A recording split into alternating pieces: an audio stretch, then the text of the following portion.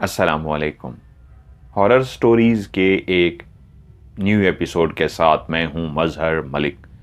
कैसे हैं आप लोग? उम्मीद है खैरियत से होंगे। आज की कहानी जो मैं आपको सुनाने जा रहा हूं ये मुझे भेजी है मोहम्मद आकिब अब्बास रावलपिंडी से। इनकी कहानी मैंने आपको सुनाई कि जब वो एक बारात के साथ जाते हैं और रात को एक मस्जिद में क़याम करते हैं, तो इमाम मस्जिद जब उसी मस्जिद के साथ मुल्हिक का एक कमरे में क़याम पजीर थे और एक चुड़ैल से उनका वास्ता पड़ता है। वो कहानी सुना के तो खुद सो गए थे, तो उन्हीं में आकिब अब्बास नौजवान थे जो रात सारी जागते रहे थे। सुबह उठने पे वाले साहब ने उनसे पूछा था क्या हुआ, रात को सोए नहीं? तो बताया कि मैं बहुत डरा हुआ था। वहाँ से वो लोग बारात लेके वापस तो आ गए, लेकिन आकिब अब्बास कहते हैं मैं काफ़ी अरसा डरा रहा। तो मेरे वाले साहब जिनका नाम था मोहम्मद अब्बास हुसैन, एक दिन मेरे पास आए और कहे, बैठ के और बोले, आकिब मैं तुम्हें आज एक ऐसा वाकया सुनाने जा रहा हूं जिसको सुनने के बाद तुम्हारे दिलो दिमाग से खौफ खत्म हो जाएगा। मुझे पता है तुम उस वाकये को सुनने के बाद जब से वापस आए हो बहुत ज़्यादा खौफजदा हो। तुम्हारी माँ बता रही थी तुम रातों को डर जाते हो। तो सुनो, मैं तुम्हें एक वाकया सुनाता हूं, सच्चा वाकया। इस वाकये को मैं खुद से थोड़ा सा आगे पीछे करके सुना रहा हूं ताकि उसके अंदर एक इंटरेस्ट कायम रहे। ये कहानी है, उनका नाम है सैयद अहमद शाह और गुज्जर खान तहसील बेवाल के साथ एक गांव है, वहां का ये वाकया है। अहमद शाह एक ऐसे घर के अंदर पैदा हुआ जो एक इंतहाई मजहबी घराना था, लेकिन खुदा का दिया सब कुछ था। ज़मीनें थीं, पैसा था, सब कुछ था। और अहमद शाह को इस बात का बचपन से ही एहसास हुआ कि जिस घर के अंदर वो पैदा हुआ है वो वहाँ पे अकलौता है। उससे पहले कोई उनके माँ बाप के यहाँ औलाद नहीं थी। कई सालों तक उन्होंने औलाद का इंतज़ार किया था और फिर खुदा खुदा करके उनके यहाँ एक बेटा पैदा हुआ जिसका नाम उन्होंने अहमद शाह रखा, सैयद अहमद शाह। वो एक सैयद घराना था। गरीबों की मदद करते, गरीबों का दुख सुख बांटते। एक छोटा सा गांव था, लेकिन उस गांव के सबसे अमीरों में से एक ये घराना था। उसके चचा भी बहुत अमीर थे। वो एक अलग घर में रहते थे, लेकिन उसके चचा और उसके बाप के बीच में बहुत प्यार था। चचा की काफ़ी औलाद थी। जैसे जैसे अहमद शाह बड़ा हुआ तो माँ बाप ने अपनी मोहब्बत के साथ साथ हर उसकी उस ख्वाहिश को पूरा किया जो वो चाहता था। यूं बचपन में ही इतना ज़्यादा प्यार मिलने की वजह से ना सिर्फ माँ बाप से बल्कि इर्द गिर्द के रिश्तेदारों से, गांव वाले से भी प्यार मिलता, क्योंकि जानते थे बहुत ही अकलौता है, बहुत ही लाडला है। जहां उसने अपना वहां पे बचपन गुजारा तो वहीं उसके अंदर एक ख्वाहिश पैदा हुई कि वो पढ़ने के लिए बाहर जाना चाहता है। तो जैसे कैसे करके उसने मैट्रिक तक तो इर्द गिर्द के इलाकों से पढ़ लिया, लेकिन अब वो बाहर जाने की जिद में था। और माँ बाप चाहते थे कि एक ही बेटा है, अकलौता है, वो उन्हीं के पास रहे। लेकिन बेटे की जिद के आगे माँ बाप हार मान गए और यूं अहमद शाह को बाहर पढ़ने के लिए दूसरे मुल्क में भेज दिया गया। अहमद जब पढ़ने के लिए दूसरे मुल्क जा रहा था, उसको अपने गांव का एक एक मंजर याद था। कहाँ वो छोटा सा बाजार था, कहाँ पे वो दुकानें थी, कहाँ पे वो नहर के साथ मौजूद एक बूढ़ा सा बुजुर्ग बैठा होता, सब्जी की दुकान लगा के हुक्का पी रहा होता और लोग उसके पास बैठते, दुआ सलाम करते, हुक्का पीते। गांव की सारी यादें लेके जैसे ही वो दूसरे मुल्क पढ़ने के लिए पहुंचा तो वहाँ की रंगीनी, वहाँ की जिंदगी में ऐसा खोया कि वो अपने उस छोटे से गांव को भूल ही गया। जहाँ बचपन में माँ बाप ने उसको नमाज पढ़ना, कुरान पढ़ना, तमाम सूरतें याद कराई हुई थी, वहाँ वो ऐसा गया कि कभी उसने नमाज ना पढ़ी। यहाँ तक कि आयत करीमा, आयतुल कुर्सी, ये जितनी भी सूरतें वगैरह उसको बचपन में याद थी वो सारी भूलता गया। लेकिन कुछ सालों बाद उसको पता लगा, एक इंतहाई बुरी खबर उस तक पहुंची कि उसके माँ और बाप एक हादसे में चल बसे हैं। फौरी तौर पे वो वापस आया, उसकी दुनिया उजड़ चुकी थी। माँ बाप को दफनाने के बाद अब वो वहीं पे बैठा था कि क्या करूं, यहां तो बचा कुछ नहीं। तो उसको चाचा ने कहा, बेटा वापस आ जाओ। अब यहाँ कारोबार, यहाँ भी ज़मीनें और सब कुछ देखने के लिए कोई नहीं बचा, तुम अकलौते हो, इसको अपने हाथ में लो और संभालो। वो चचा से बोला, नहीं चचा, अब तो यहाँ रहने के लिए कुछ बचा ही नहीं, जब माँ बाप नहीं तो मैं रह के क्या करूँगा। अभी वैसे भी मुझे वापस जाना है, ये ज़मीनें, ये जायदाद, ये सब कुछ आप संभालिए और मुझे जाना होगा। चचा एक इंतहाई ईमानदार, वो भी एक सैयद घराने से थे, ईमानदार थे। उन्होंने कहा, ठीक है बेटा, तुम्हें जो कुछ भी चाहिए मैं हाजिर हूं। बेइंतहा रोकने के बावजूद अगर तुम जाने को तैयार हो तो मैं तुम्हें रोक नहीं सकता, बाकी तुम्हारा हिस्सा तुम्हें मिलता रहेगा। अहमद शाह वापस रवाना हो गया और उसका चाचा बाकायदगी से उसकी ज़मीनों में आने वाला पैसा, हिस्सा, जहां वापस उसी मुल्क में, पाकिस्तान में उसके अकाउंट में जमा कराते रहे, वहीं उसको भी काफ़ी भेज देते। सो वहां जहां वो रह रहा था उसको इतना पैसा पीछे से आ जाता तो उसको कमाने की ज़रूरत भी नहीं थी। वो ज़िंदगी को इस तरह इंजॉय कर रहा था कि उससे खूबसूरत ज़िंदगी उसके लिए हो ही नहीं सकती, जिसको कोई काम भी नहीं करना पड़ता था, हल्का फुल्का करना पड़ता था, पैसे उसके पास आ जाते थे और वो एक बेहतरीन ज़िंदगी गुजार रहा था। जो मैट्रिक की उम्र में पढ़ने के लिए गया था, जिसके वालिदैन पीछे से चल बसे थे, पीछे जाने के लिए कुछ था नहीं, पैसा उसके पास आ जाता, वो ज़िंदगी इसी तरह गुजारता रहा। लेकिन 10-12 साल के बाद वहाँ उसी मुल्क में रहते रहते दिल जैसे उदास सा हुआ कि जाऊं एक दफ़ा गाँव को देख के आऊं, माँ बाप की कब्र पे जाऊं, फातिहा पढ़ूं, फिर से एक दफ़ा गाँव को देख के तो आऊं। वो रवाना हुआ, जहाज पे रवाना होके पहुंचा और उसके बाद उसने ट्रेन का सफर इख्तियार किया। एक छोटा सा बैग उसने था जो उसने उठाया हुआ था।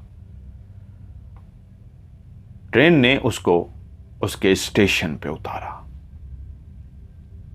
शायद वो नहीं जानता था इतने सालों बाद कि अपने गांव की याद लेके जब वो आया है तो कितना कुछ बदल चुका है। स्टेशन पे जब वो उतरा तो रात सी हो रही थी, लेकिन आसमान बादलों से घिरा हुआ था। ये एक शदीद सर्दियां तो नहीं, लेकिन सर्दियां शुरू हो रही थीं। एक ठंडी रात थी। ट्रेन स्टेशन से जैसे ही दोबारा स्टार्ट हुई, मुसाफिर उतर चुके थे, तो वो अकेला मुसाफिर था जो उसी स्टेशन पे उतरा था। ट्रेन ने दोबारा सीटी बजाई और ट्रेन की खिड़कियों से झांकते हुए मुसाफिर जो उस अकेले उतरे हुए मुसाफिर को देख रहे थे, ट्रेन चलना शुरू हो गई। थोड़ी देर तक ट्रेन का शोर सुनाई दिया और उसके बाद ट्रेन आंखों से ओझल हो चुकी थी। अपने कंधे पे बैग लटकाए वो खड़ा था, उसी पुराने से स्टेशन को देख रहा था। यादें वहां से ताजा हो गई थी कि हाँ, ये उसके गांव का एक स्टेशन है। अब गांव एक पहुंचने के लिए उसको एक सवारी की जरूरत थी। वो चाहता तो शहर में जब वो जहाज से उतरा था वहीं पे रात गुजार लेता, लेकिन उसको इतनी बेचैनी थी कि उसने कहा, नहीं, रात में अपने गांव में हूं, गुजारूंगा। एक होटल में रह के रात में अपनी क्यों ज़ाय करूं, क्योंकि वो कुछ टाइम के लिए आया था और फिर उसने वापस चले जाना था। तो इसलिए उसने एक रात भी होटल में नहीं गुजारी। उसने कहा, देर से पहुंचूंगा पर क्या हुआ, अपने गांव में रात गुजारूंगा। तो रेलवे स्टेशन पे खड़े हुए वो उन सीढ़ियों की तरफ गया जहां नीचे उतर के तांगे मौजूद होते थे। उसकी खुशकिस्मती कि वहीं पे अभी भी एक तांगा मौजूद था जो शायद जाने ही लगा था। वो सामान वगैरह रख चुका था और तांगे के पे ऊपर बैठ के उसने तांगे की रस्सियों को खींचा था और तांगा चल पड़ा। वो इस नाउमीदी से वापस जा रहा था कि अब कोई सवारी नहीं, तो उसने दूर से ही तांगे को देख लिया और जोर जोर से आवाजें देने लगा। तभी तांगे वाले ने मुड़ के देखा पीछे और उसको अंदाजा हुआ एक सवारी है जिसको लेके जाना है। वो तेजी से चलता हुआ तांगे वाले के पास पहुंच गया जो रुका उसका इंतजार कर रहा था। जाते ही पीछे वाली सीट पे बैठ गया, बैग रख सा दिया और बोला अपने गांव का नाम, जो यहां से 4 किलोमीटर दूर था, कि वहां जाना है। वो तांगे वाला जो उसकी आवाजें देने पे पहले ही रुक चुका था, वो अब आगे की तरफ मुंह किए उसी का इंतजार कर रहा था कि वो पीछे बैठे और वो तांगा चलाए। जैसे ही वो आके पीछे बैठा तो पीछे बैठे बैठे बगैर तांगे वाले को देखे उसने गांव का नाम बोला और कहा वहां चलिए, और तांगे वाले ने तांगे की रस्सियां खींच दी, तांगा चल पड़ा। अब फिर से उसके दिलो दिमाग में वो सारी यादें आना शुरू हो गई कि जिस मोहब्बत में, गांव की इस याद में मैं यहां पे रवाना हुआ हूं, आज उस अपने गांव को फिर से देख सकूंगा। कई साल बाद वो आ रहा था। ऊपर उसने आसमान की तरफ देखा तो जिस तरह की काली घटाटोप बादल की लहरें थीं, पूरे आसमान को बादल ने घेर रखा था, तो किसी वक्त भी बारिश हो सकती थी। खुशकिस्मती ये थी कि एक तांगा मिल गया, वरना रात के इस पहर कैसे वो अपने गांव पहुंचता। तांगा चलते चलते चलते अब इतना फासला तय कर चुका था कि एक नहर आने वाली थी, और वो सोच रहा था कि इस फासले के बाद तो एक नहर आती है, और उस नहर के पास ही एक छोटी सी कच्ची सी कोठड़ी सी बनाई गई थी, जिसका एक दरवाजा भी था। उसके अंदर रात को दुकान बंद करके वो बुजुर्ग अपनी सब्जी का सामान रखता था, और जब सुबह होती थी तो बाहर ही टोकरियों के अंदर सब्जियां सजा के बैठ जाता था। हुक्का वो पीता होता था, धोती उसने बांध रखी होती थी, और अपनी सब्जियां बेचता था। आते जाते उससे सब्जियां भी खरीदते, और कुछ लोग बैठ के उसके पास हुक्का भी पीते थे। बहुत ही कमाल का बुजुर्ग था। उसको एकदम से याद आया, तभी उसने देखा नहर आ चुकी है। तांगे वाले को उसने कहा, तांगा रोकना। उसने तांगा रोक दिया। उसी लम्हे वो नीचे उतरा, उस कमरे को देखना चाहता था जो अब टूट फूट का शिकार हो चुका था। फौरन उसके दिमाग में ख्याल आया, शायद वो बुजुर्ग था, कहीं अल्लाह को प्यारा ना हो गया हो, क्योंकि दुकान की हालत बताती थी। वो छोटी सी दुकान सी जो बनी हुई थी, टूट फूट का शिकार थी। अंदर कचरा पड़ा हुआ था और उसकी गिरी हुई छत। इसका मतलब था उसकी वो सब्जी की दुकान खत्म हो चुकी है। कुछ लम्हे वहां खड़ा अपनी यादों को इकट्ठा करता रहा, और फिर से वो मुड़ा, और जैसे ही वो तांगे की तरफ जाने लगा तो एकदम से उसको एहसास हुआ कि तांगे के ऊपर जो शख्स बैठा हुआ है ये कुछ अजीब सा है। उसी लम्हे जोर से बादल गरजा और बिजली इस तरह की चमकी कि पूरे ज़रो ज़मीन को, इर्द गिर्द की ज़मीनों को, जिस जगह पे वो खड़ा था, हर जगह को उस बिजली ने इस तरह रोशन कर दिया कि उसके सामने वो चेहरा जिसको वो अभी कुछ देर पहले खड़ा देख रहा था, ये अजीब सा क्यों है। तो उस बिजली की रोशनी में उसने देखा वो जो तांगे पे बैठा हुआ है वो कोई इंसान नहीं, एक ढांचा है, हड्डियों का ढांचा, जिसके जिस्म के ऊपर कोई भी जिल्द नहीं है, क्योंकि वो कुछ फासले पे खड़ा था और रात का टाइम था, घटाटोप बादल छाए हुए थे, तभी वो दूर से नहीं देख पाया था। लेकिन उस बिजली की रोशनी ने उसको दिखा दिया था कि तांगे पे कुछ अजीब व गरीब है। तो वो चलता हुआ तांगे के पास गया, और जैसे उसने गौर से देखा तो वो आगे मुंह किए हुए बैठा, हाथों में उस तांगे की रस्सियों को पकड़े हुए कोई इंसान नहीं, एक हड्डियों का ढांचा था। जैसे कब्र के अंदर से कोई हड्डियों का ढांचा निकल आया हो और तांगा चला रहा हो। उसने जैसे ही ये मंजर देखा, उसको अपनी आंखों पे यकीन ना आया कि ये कौन है, कि तभी वो ढांचा हल्का सा मुस्कुराया। बाकायदा उसके अंदर से एक आवाज आई, हा हा हा हा हा हा हा हा हा हा हा। उसने एक सेकंड भी नहीं लगाया, उसके वजूद के अंदर एक पूरा वजूद कांपना शुरू हो गया। वजूद के अंदर थरथली छा गई। वो भूल गया वो कौन है, वो कहां खड़ा है। उसने दौड़ लगा दी। दौड़ते दौड़ते दौड़ते वो कितनी देर दौड़ता रहा उसको नहीं पता, लेकिन उसने पीछे मुड़ के नहीं देखा। दौड़ते दौड़ते दौड़ते उसी कच्ची सड़क पे काफ़ी वो आगे आ गया, और अब वो हाँप रहा था। डरते डरते उसने पीछे मुड़ के देखा तो वो तांगे वाला पीछे नहीं था। ये क्या माजरा था, ये कैसा तांगे वाला था, उसने सोचा। लेकिन अब वो सांस लेने के लिए खड़ा हो गया। वो काफी देर वहीं पे खड़ा हाँफता रहा, सांस को बहाल करता रहा। जैसे उसकी सांस बहाल हुई तो उसको एक सीटी की आवाज सुनाई दी। वो एकदम से चौंका, मुड़ के पीछे देखा तो उसको ऐसा लगा कोई सीटी बजाता हुआ इसी तरफ आ रहा है। वो वहीं खड़ा रहा तो थोड़ी ही देर के बाद उसने देखा वो आवाज़ एक साइकिल की है, कोई साइकिल चलाता हुआ, साइकिल पे सीटी बजाता हुआ इसी तरफ आ रहा है। और वो रुक सा गया कि इस चीज़ से मदद मांगता हूँ। जब साइकिल वाला उसके करीब आया तो उसको इग्नोर करके गुजरने लगा तो उससे बोला, भाई साहब मुझे भी पीछे बिठा लीजिए। साइकिल उसने रोक दी और वो जल्दी से साइकिल के पीछे जो स्टैंड बना हुआ था उसके ऊपर जाके बैठ गया और साइकिल वाले ने साइकिल चलानी शुरू कर दी।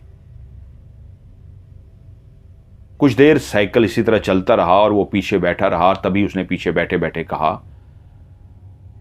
भाई साहब आप किस तरफ जा रहे हैं? मुझे फलां गांव की तरफ जाना है, तो मुझे बताइए आप किस तरफ जा रहे हैं? और उसी लम्हे उसके कानों ने एक कहके की आवाज सुनी। जैसे ही उसने कहके की आवाज सुनी तो उसको पीछे बैठे हुए लगा कि ये कहका तो कुछ जाना पहचाना सा लग रहा है। और एकदम से उसके दिमाग के अंदर एक अजीब सा खौफ तारी हो गया कि ये कहका तो कुछ देर पहले मैंने सुना था उस तांगे वाले के, जहां पे एक ढांचा बैठा तांगे को चला रहा था, उसने कहका लगाया था। उसने कहा ये कौन है, ये किस तरह का कहका है? तो उसने उसे कहा, ओ भाई साहब, ओ भाई। तो वहीं पे बैठे बैठे अभी तक उसका वो चेहरा जो आगे था, जो नहीं देख पाया था, वो पीछे था। उसने उसके वजूद पे पीछे हाथ टच किया कि उसके वजूद को हाथ टच कि उसको कहे, भाई ये कौन हो और कैसे कहका लगा रहे हो? तो उसने जैसे ही उसके कमीज के ऊपर हाथ रखा तो उसको पता लगा कमीज के नीचे हड्डियों का ढांचा है। कमीज के नीचे किसी इंसान का जिस्म नहीं, जैसे सिर्फ हड्डियां हों। तो एकदम से चौंक गया और छलांग मार के साइकिल से उतर गया। साइकिल की स्पीड ही बहुत स्लो होती है। वो एकदम से उतर गया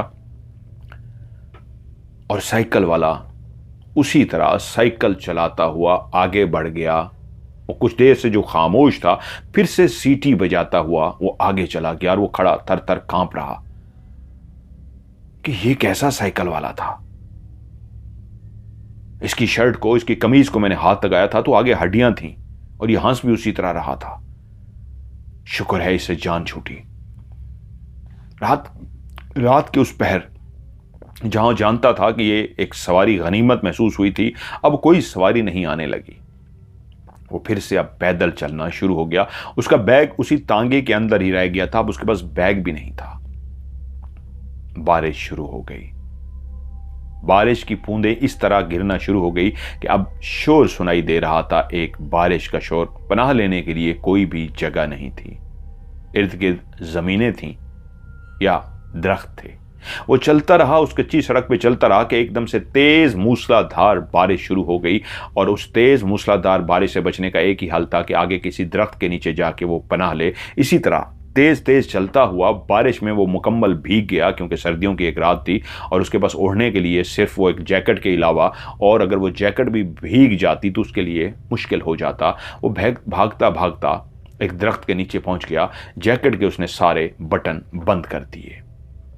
ये इस तरह की जैकेट थी जो उसके घुटनों तक आ रही थी। लॉन्ग जैकेट जिस तरह होती है, लॉन्ग जैकेट थी। वो बाहर से आया था, लॉन्ग जैकेट लेके आया था।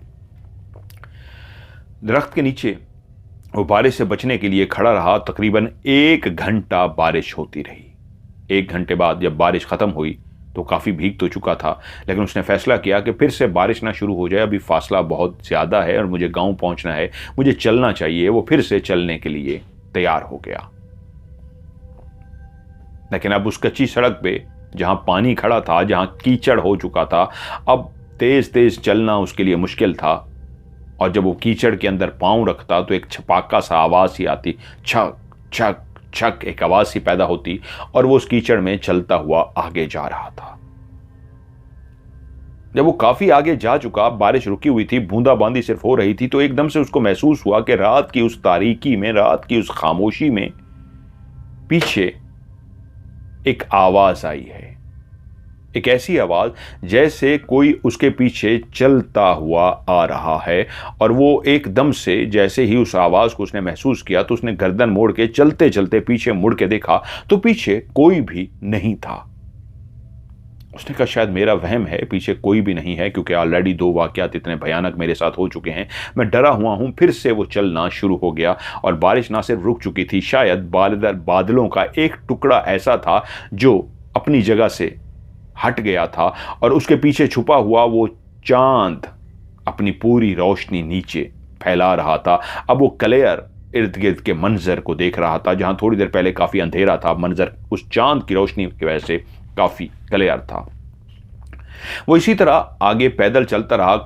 काफी आगे पहुंचा तो फिर से कानों में आवाज आई कि जैसे कदम से कदम मिला के कोई पीछे आ रहा हो। जैसे वो कदम रखता, पीछे ही कदम रखने की आवाज आती। उसने कहा, बगैर पीछे मुड़े, बगैर पीछे देखे मैं समझने की कोशिश करूं ये क्या है, ये मुझे कैसे कदमों की आवाज आ रही है। वो मजीद आगे बढ़ा तो उसको लगा कि जिस अंदाज में मैं कदम रख रहा हूं वैसे ही कोई मेरे पीछे कदम रखता हुआ आ रहा है। उसने अपनी स्पीड को तेज किया तो महसूस हुआ पीछे कदमों की आवाज भी तेज हो गई है। फिर तेज चलने के बाद उसने कदमों को आहिस्ता कर लिया। अब वो आहिस्ता आहिस्ता चल रहा था, लेकिन जो भी पीछे आ रहा था उसके चलने की आवाज भी आहिस्ता हो गई।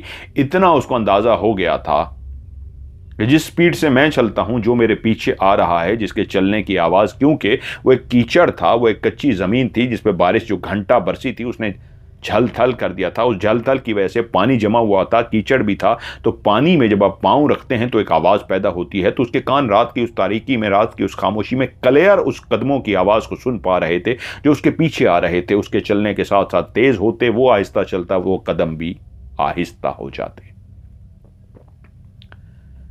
चलते चलते चलते वो रुक सा गया, ये देखने के लिए क्या जो पीछे आ रहा है वो भी रुक जाता है, क्योंकि उसके जिस्म के अंदर रोंगटे तो पहले ही खड़े हुए थे। सर्दी भी उसको महसूस हो रही थी, जैकेट उसकी गीली हो चुकी थी और ऊपर से एक और मंजर था। तो तब ने उसने पीछे मुड़े बगैर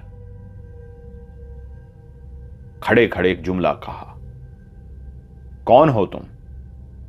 उसने पीछे नहीं देखा, लेकिन वो जान चुका था जो भी है कोई है, उसका वहम नहीं है, उसी की कदम से कदम मिला रहा है। तेज चलता हूं, तेज चलता है, आहिस्ता चलता हूं, आहिस्ता चलता है। तभी उसने पूछा, कौन हो तुम? तो उसके कानों में एक क्लियर आवाज सुनाई दी, कौन हो तुम?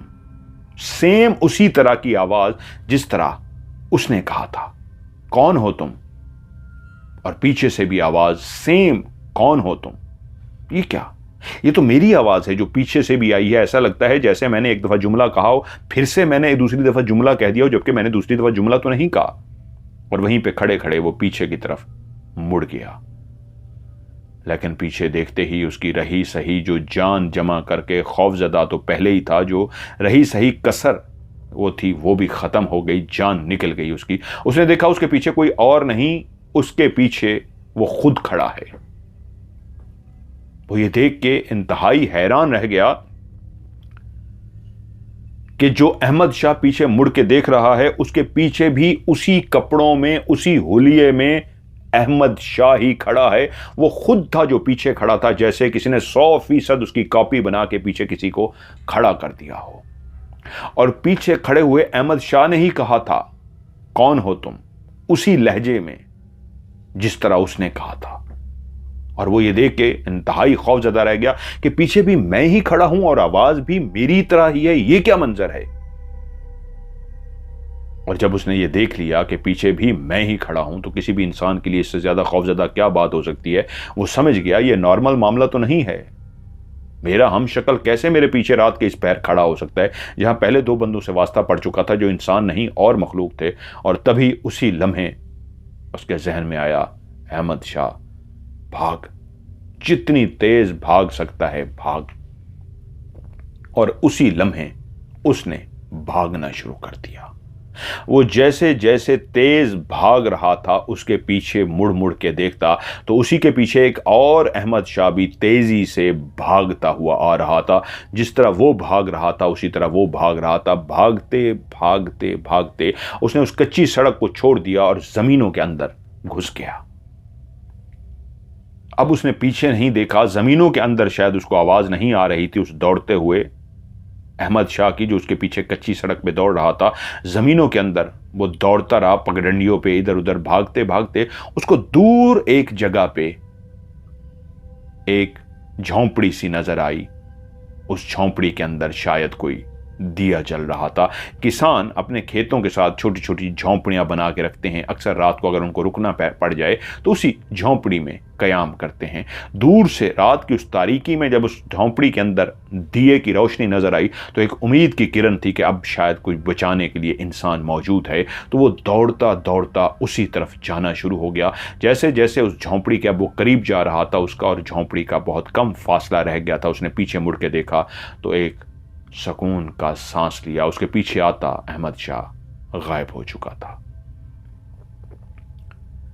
अब इतनी उसको सांस चढ़ चुकी थी, वैसे भी अगर अब वो मजीद दौड़ता तो शायद गिर जाता, बेहोश हो जाता। उसके लिए सांस लेना मुश्किल हो चुका था। तभी उसने मुड़ के देखा था क्या मैं रुक जाऊं या वो मेरे पीछे ही है। तो उसने देखा पीछे नहीं है, तो वहीं खड़ा होकर सांस लेता रहा कि इतनी सांस बहाल हो सके कि अब झोंपड़ी तक मैं जा सकूं, क्योंकि अब मजीद दौड़ने की उसके अंदर हिम्मत नहीं थी। अब जब सांस कुछ बेहतर हुई तो वो चलता हुआ आराम से झोंपड़ी की तरफ जा रहा था। तो जाते जाते जाते वो झोंपड़ी तक पहुंच गया। ये एक ऐसी झोंपड़ी बनी हुई थी जिसका कोई दरवाजा नहीं था, लेकिन उसी के अंदर रोशनी आ रही थी जो इस बात की उम्मीद थी कि अंदर कोई मौजूद है।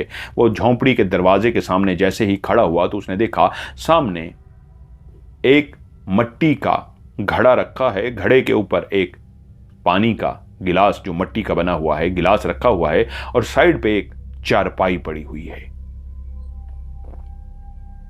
और साइड पे एक मट्टी का दिया रखा है जो जल रहा है। उसके अंदर एक उम्मीद की किरण पैदा हुई। उम्मीद की किरण यही थी कि इस चारपाई पे यकीनन कोई सोया था, अभी अपने खेतों में इधर उधर देखने के लिए गया होगा, तभी वो अपना दिया जला के गया है। उस बारिश जैसे मौसम में दौड़ दौड़ के उसकी हालत खराब थी।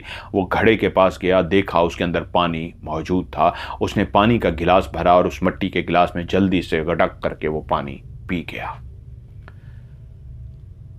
अब उस चारपाई पे कुछ लम्हे के लिए बैठ गया कि अपने सांस को मजीद बेहतर कर सकूं कि मेरे साथ हुआ क्या है, जो भी होगा अभी आता ही होगा। उस चारपाई पे बैठ गया और थोड़ी देर के बाद उसने बाहर, क्योंकि दरवाजा तो सामने था नहीं, उसकी सामने रोशनी पड़ी कि सामने खेतों से कोई शख्स लालटेन लिए सफेद कपड़े पहने इसी तरफ आ रहा है। उसने कहा शुक्र है कोई मदद पहुंची। वो इंसान जिसकी ये झोंपड़ी है, जिसने दिया जला रखा है, वो सामने आ रहा है ताकि वो करीब पहुंच जाए और उसको मैं मदद के लिए कुछ कह सकूं, मेरी मदद करो।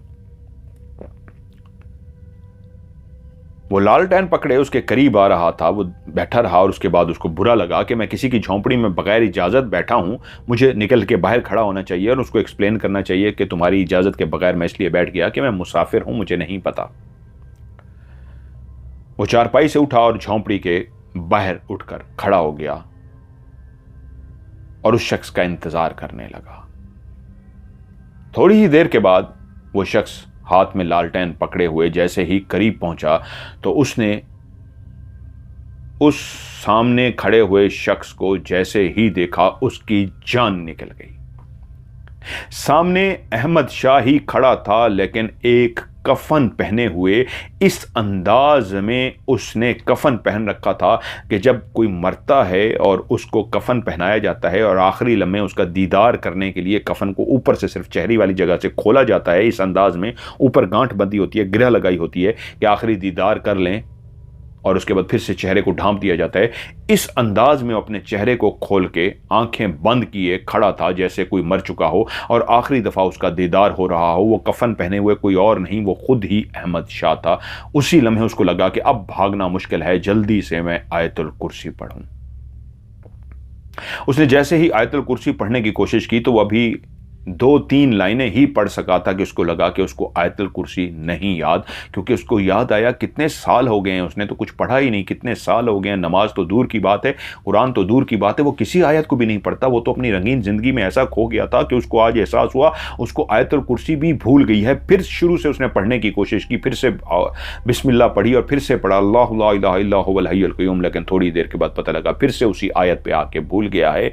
आगे कौन सी आयत है उसको याद नहीं है। 4-5 दफा कोशिश कर चुका, लेकिन उसको अंदाजा हुआ सामने वो आंखें बंद किए हुए कफन पहने हुए जो मुर्दा खड़ा है वो आयतुल कुर्सी पूरी पढ़ रहा है। जब उसने चौथी दफ़ा भी आयतुल कुर्सी पढ़ी और उसको याद नहीं आई तो सामने खड़े हुए अहमद शाह ने, जिसकी आंखें बंद थीं, उसने बिस्मिल्लाह पढ़ी और आयतुल कुर्सी पढ़ना शुरू कर दी। और उस लाइन पे जब वो पहुंचा जहां पे अहमद शाह भूल रहा था, कफन पहने अहमद शाह उससे भी आगे वाली लाइन को पढ़ना शुरू हो गया। तभी उसने कहा, भाग अहमद शाह भाग, और उसी वक्त उसने फिर से छलांग मारी और दौड़ना शुरू कर दिया। वो फिर से जमीनों के अंदर दौड़ता रहा। आज उसको जिंदगी बचानी थी, नहीं तो उसको अपनी मौत यकीनी नजर आ रही थी। वो इसी तरह दौड़ते दौड़ते दौड़ते एक ऐसी जगह पे पहुंचा जहां पे एक छोटी सी दीवार सी उसको नजर आई। वो इतनी ऊंची दीवार तो नहीं थी, 3.5 फुट 4 फुट की दीवार थी। उस दीवार के जैसे ही करीब पहुंचा, उसने दीवार पे हाथ रखा और अगली तरफ छलांग मार दी।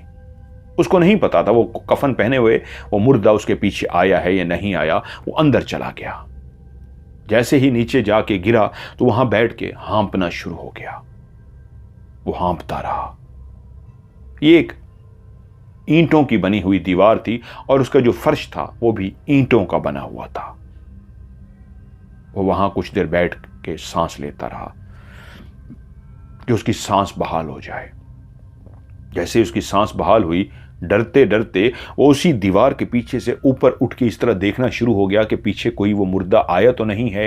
तो उसने देखा मुर्दा नजर नहीं आ रहा, तो वो खड़ा हुआ, दीवार के इधर उधर देखा, कहीं इधर उधर छुपा हुआ तो नहीं है। वो कहीं पे नहीं था, यकीनन वो मुर्दा कहीं पीछे रह गया था।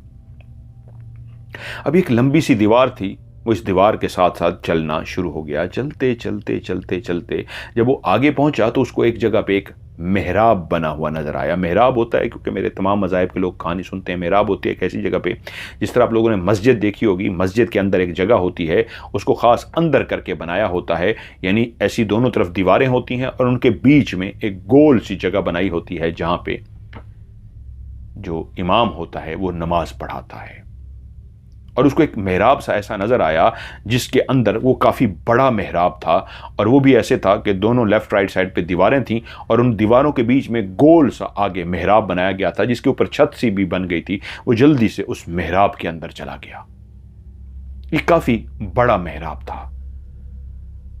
काफी देर खड़ा रहा और ये देखने की कोशिश करता रहा कि पीछे कोई आ तो नहीं रहा। पीछे कोई भी नहीं था। उस मेहराब के अंदर एक चारपाई सी पड़ी हुई थी। वह हैरान तो इस बात पे हुआ कि यहां पे चारपाई किस काम के लिए पड़ी है। अभी तक उसका ध्यान नहीं गया था चारपाई की तरफ। वो खौफजदा होकर पीछे खड़े उस मुर्दे को देख रहा था, और जब बेहतर लगा कि अब कोई नहीं आने लगा, चारपाई इसको नजर आई, तो उसने कहा, ये चारपाई क्यों पड़ी है? चलो यार मैं बैठ जाता हूं। वो उस चारपाई पे बैठ गया, लेटा नहीं, खौफजदा था। कुछ मिनट गुजर गए, कुछ भी नहीं हुआ। तो उसने कहा, फिलहाल ये एक पनाहगाह अच्छी है, ये कोई मस्जिद है, मेहराब बना हुआ है, या क्या है? या शायद कोई ईदगाह हो सकती है।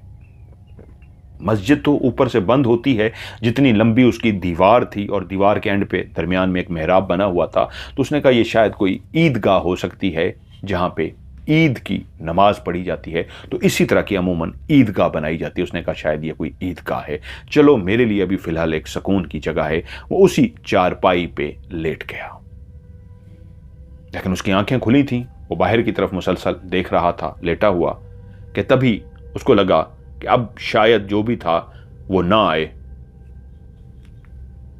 मैं सो जाता हूं। इंसान जितना भी खौफजदा हो, जितना भी डरा हो, लेकिन नींद कांटों पे भी आ जाती है। वो सोना नहीं चाहता था, लेकिन उसकी आंखें बंद होना शुरू हो गईं और उसकी आंखें बंद हो गईं।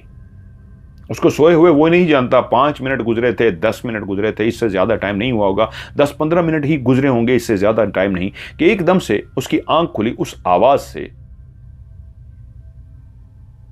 कि उसने देखा जिस जगह पे वो लेटा है उसके वजूद के ऊपर एक कफन है। उसने कफन पहन रखा है। अभी तक तो वो अपनी कॉपी को देख रहा था जो कफन पहने हुई थी, अभी उसने देखा उसके वजूद के ऊपर एक कफन है और उसने कफन पहना हुआ है। उसके हाथ पांव शुक्र है बंधे नहीं थे, और पीछे उसको नजर आया लालटेन रखे हुए हैं और लोगों ने सफ़े बनाई हुई हैं, जैसे कोई नमाज़े जनाजा पढ़ने के लिए सफ़ें बनाता है, ऐसे सफ़ें बनी हुई हैं। और आगे इमाम साहब खड़े थे और इमाम साहब बोले नमाज जनाजा हो चुकी है, अब मैयत को उठाइए ताकि हम इसको दफना सकें।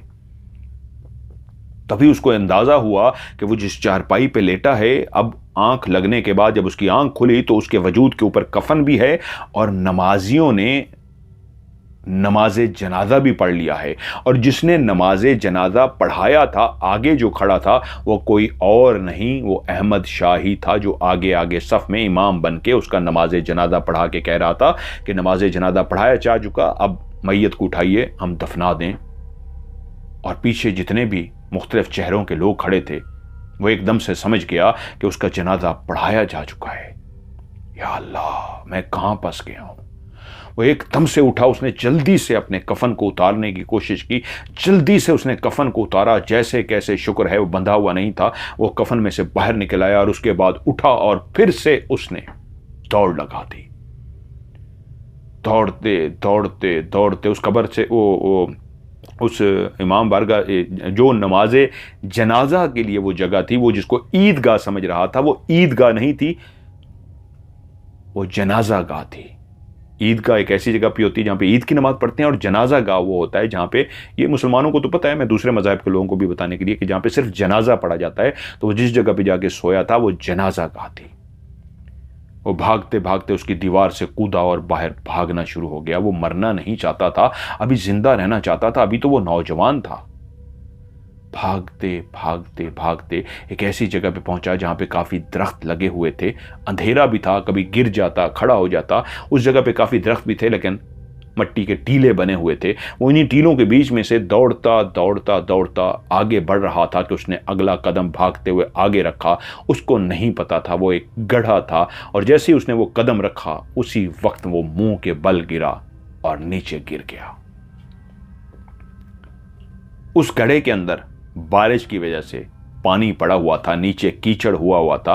वो सर के बल गिरा था, उसको शदीद चोट लगती, लेकिन उस वक्त उसको कुछ भी नहीं हुआ, क्योंकि वो एक पानी में एक किस्म का जाके गिरा था, कीचड़ में जाके गिरा था, उसको चोट वगैरह नहीं लगी।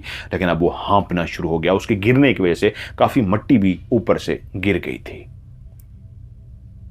कुछ देर पड़ा रहा कि शुक्र है मैं उनसे भाग आया हूं जो मेरा नमाज जनाजा पढ़ाने लगे थे, मैं तो जिंदा हूं, मुझे क्यों मारने पे तुले हुए हैं। वो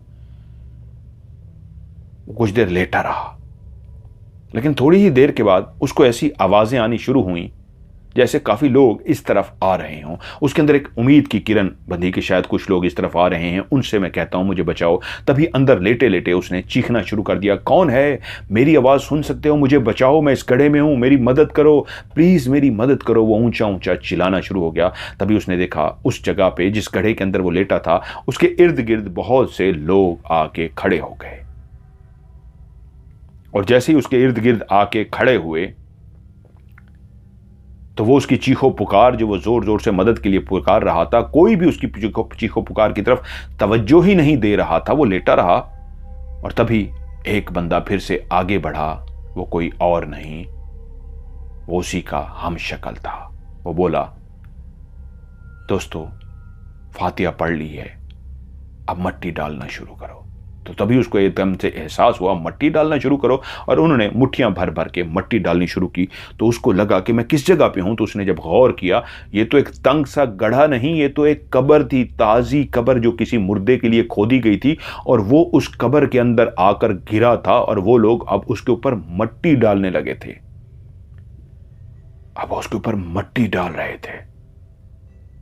जैसे जैसे उसके ऊपर मट्टी डालते जा रहे थे, वो ऊपर खड़े कलमा पढ़ रहे थे, कलमा शहादत, अशहदु अल्ला इलाहा इल्लल्लाह वहदहु ला शरीका लहू अशहदु अन्ना मुहम्मदन अब्दुहु व रसूलुहु, कलमा शहादत। और वो पढ़े जा रहे थे, मट्टी डालते जा रहे थे, कलमा शहादत, और उसके ऊपर मट्टी डालते जा रहे थे। उसको लगा कि आज मौत यकीनी है, मैं आज इस कब्र के अंदर जिंदा दफन हो जाऊंगा। उसने अपनी आंखें बंद की और उसी वक्त फिर से उसके मुंह से आयतुल कुर्सी का विर्द जारी हुआ, क्योंकि उस कफन पहने हुए उस शख्स ने, जिसने लालटेन पहन रखी थी, उसने आगे जहां पे वो भूल जाता था, आयत के आगे जा नहीं सकता था, उसने आगे भी पढ़ा था। तो उसको वो आयत याद आ गई और आयतुल कुर्सी वो पूरी पढ़ना शुरू हो गया।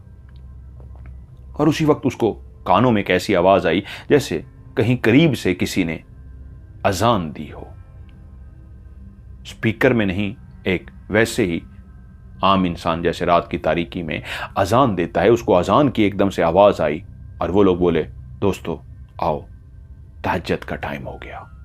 और वो लोग वहां से चले गए। जो अंदर पड़ा था, जिसके आधे वजूद पे मट्टी आ चुकी थी, बहुत ज्यादा नहीं, थोड़ी सी, कि आराम से उठ सकता था, और आधा वजूद अभी बचा हुआ था, उसको वो आवाज सुनाई दी कि वो जा चुके हैं। तो वो उस कब्र में से आहिस्ता आहिस्ता बाहर निकला,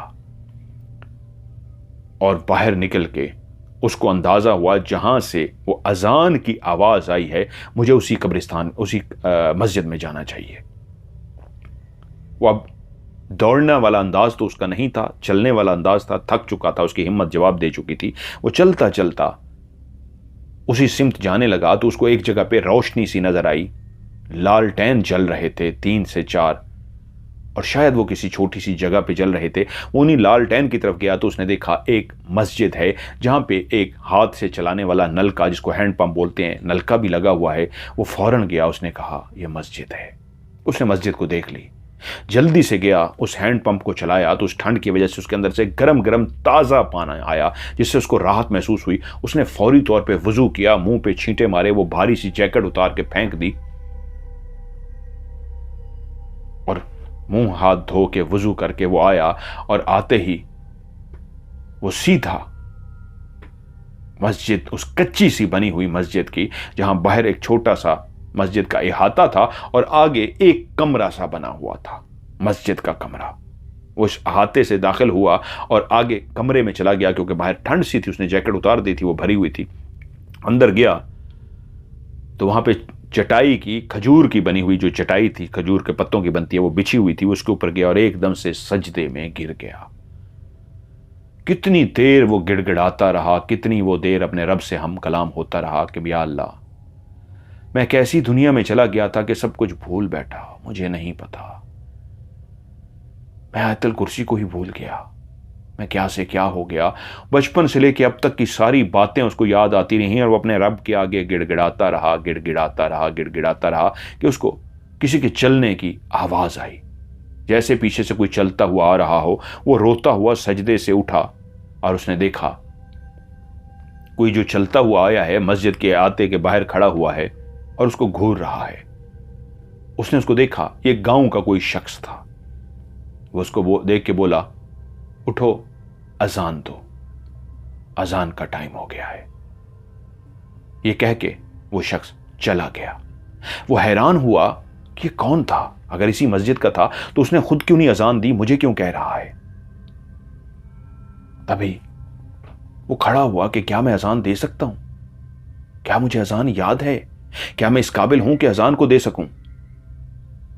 पता नहीं कैसे उसके कदम खुद ब खुद खड़े हो गए। उसने ऐसे कानों पे हाथ रखा और उसके बाद उसने अजान देनी शुरू कर दी। उसके आंसू बह रहे थे और वो अजान देता रहा, यहां तक कि उसने पूरी अजान दे दी। अजान देने के थोड़ी ही देर के बाद वो वहीं पे खड़ा रहा, बैठ ना सका, कि उसने देखा गांव के लोग 10-12 के करीब होंगे, वो मस्जिद में दाखिल हो रहे हैं और हैंडपंप से कुछ लोग वजू कर रहे हैं और कुछ वजू करके आ चुके हैं। वो आके पीछे बैठना शुरू हो गए और वो उसी जगह पे खड़ा है जहां पे इमाम इमामत कराता है, क्योंकि उसने वहीं पे अजान दी थी, उसी जगह पे खड़े होके। तो जब सारे आ चुके तो वही बुजुर्ग जो पीछे आया था गांव का, जिसने कहा था अजान दो, वो आके बोला नमाज पढ़ाओ, क्योंकि इस मस्जिद में जो भी सबसे पहले आता है वही नमाज पढ़ाता है। हम में से भी जो पहले आ जाए वही नमाज पढ़ाता है। आज नौजवान आप सबसे पहले आए हैं तो आप ही नमाज पढ़ाइए, उठिए, सफ़े दुरुस्त कर लीजिए। बाकी सारे सफ़ों में खड़े हो गए ताकि नमाज के लिए सफ़े दुरुस्त कर सकें। और उसको हैरत हुई कि मैं कैसे इमामत कराऊं, कैसे इनसे कहूं कि मुझे तो आयतुल कुर्सी ही भूल गई थी, मैं कैसे नमाज पढ़ाऊंगा और मैं इनसे कैसे कहूं। और वो सब इस इंतजार में खड़े थे कि अब ये नमाज शुरू कराएं। पता नहीं कैसे उसके अंदर एक जज्बा सा आया, एक अंदर से आवाज आई, नमाज पढ़ाओ। उसका अंदर मन कह रहा था नमाज पढ़ाओ, और तभी उसने कहा अल्लाहु अकबर, और फिर उसके बाद हाथ बांध दिए। और उसके बाद नमाज जो वो कब की भूल चुका था, कहां से उसको याद आई, कहां से वो सूरतें पढ़ता गया, कहां से वो उसने पूरी नमाज पढ़ा दी। कैसे पढ़ाई वो नहीं जानता था, लेकिन उसने पूरी नमाज पढ़ा दी, यहां तक कि आखिर में उसने जब सलाम फेरा तो वो रोना शुरू हो गया और पीछे मुड़ के देखा तो पीछे कोई भी नहीं था। वो इसी तरह रोता रहा। थोड़ी ही देर के बाद एक बुजुर्ग मस्जिद के अंदर दाखिल हुए। वो फिर से समझ गया ये भी कोई जिन है या कोई और हस्ती है या क्या है। तो वो बुजुर्ग उसको देख के बोले, बेटा कौन हो तुम और मस्जिद में इस टाइम क्या कर रहे हो? उसने कहा, मैं जानता हूं आप भी अभी गायब हो जाएंगे। वो बोले, मैं समझा नहीं। और वो आगे बढ़े और उसके सर पे हाथ रख दिया। तुम ठीक हो ना? उस हाथ के लम्स से उसको महसूस हुआ जैसे अब वाकई किसी इंसान से मेरा पाला पड़ा है। वो उनसे बोला, ये रात मेरी कैसी गुजरी है मैं नहीं जानता। वो बोले, कहां से हो? इसी गांव से हूं। और फिर अपने बाप का नाम बताया। वो बोले, अच्छा तुम उनके वो बेटे हो जो बाहर होता है? उन्हें कहा, हां। लेकिन बेटा तुम रात के इस पहर फजर के टाइम यहां पे क्या कर रहे हो? तुम्हारा नाम क्या है? उसने कहा, अहमद शाह। उसने कहा, मैं आज अपने गांव के लिए आया था, लेकिन किस तरह तांगे पे सवार हुआ और वो तांगे वाला, फिर उसके बाद वो साइकिल वाला, और उसके बाद कैसे मेरे पीछे मैं खुद अपने आप को देख रहा और मैंने कहा, कौन हो? तो मेरे पीछे खड़ा अहमद शाह भी बोला, कौन हो? और उसके बाद मैं भागा। वो सारी बात उनको बताना शुरू हो गया। वो बुजुर्ग सुनते रहे और उसके बाद बोले, बेटा तुमने आयतुल कुर्सी पढ़ने की कोशिश की और भूल गए।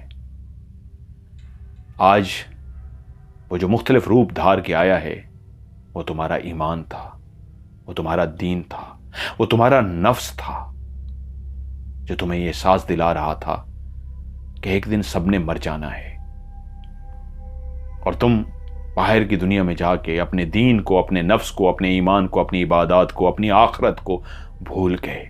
तभी उसने तुम्हें वो एक मंजर दिखाए जो आखरत में लेके जाते हैं कि इंसान मट्टी का बना हुआ इंसान जिसने मट्टी के अंदर चले जाना है। इतनी सी जिंदगी है कि पहले ढांचा बनता है, कफन पहनता है, नमाज जनाजा होता है और फिर मट्टी में गाड़ दिया जाता है।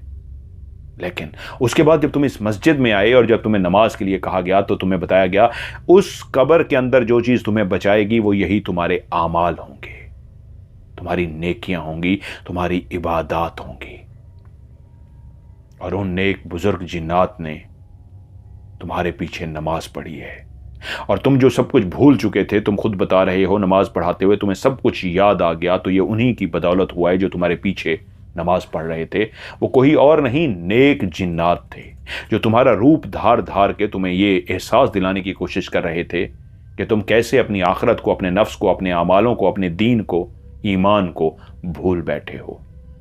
वरना कोई शैतानी ताकतें कफन भी पहन ले, तुम्हारा रूप भी धार ले, ऐसा कर सकती हैं, लेकिन कुरान की आयत नहीं पढ़ सकती। तुम आयतुल कुर्सी पढ़ते हुए भूल गए और वो कफन पहने हुए जो तुम्हारा ही हम शक्ल था वो आयतुल कुर्सी पूरी पढ़ के तुम्हें ये याद कराने की कोशिश कर रहा था कि पढ़ो आगे ये है।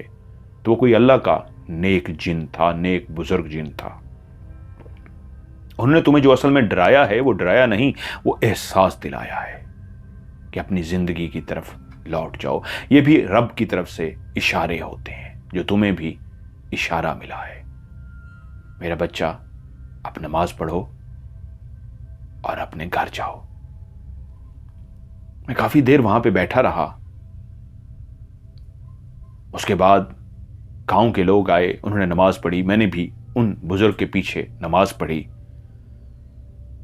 और उसके बाद मैं अपने घर पहुंचा, अपने चचा से मिला। लेकिन मेरी सारी खुशी खत्म हो चुकी थी। जो चंद दिनों के लिए रहने के लिए आया था उसके अंदर से एक अजीब सा तूफान उठ रहा था कि मैं कौन हूं, मैं कौन हूं, मैं कौन हूं। वो आवाज मेरे कानों में गूंजती, कौन हो, और पीछे से एक आवाज आती, कौन हो। अब मेरे अंदर एक आवाज आ रही थी, मैं कौन हूं, मैं कौन हूं।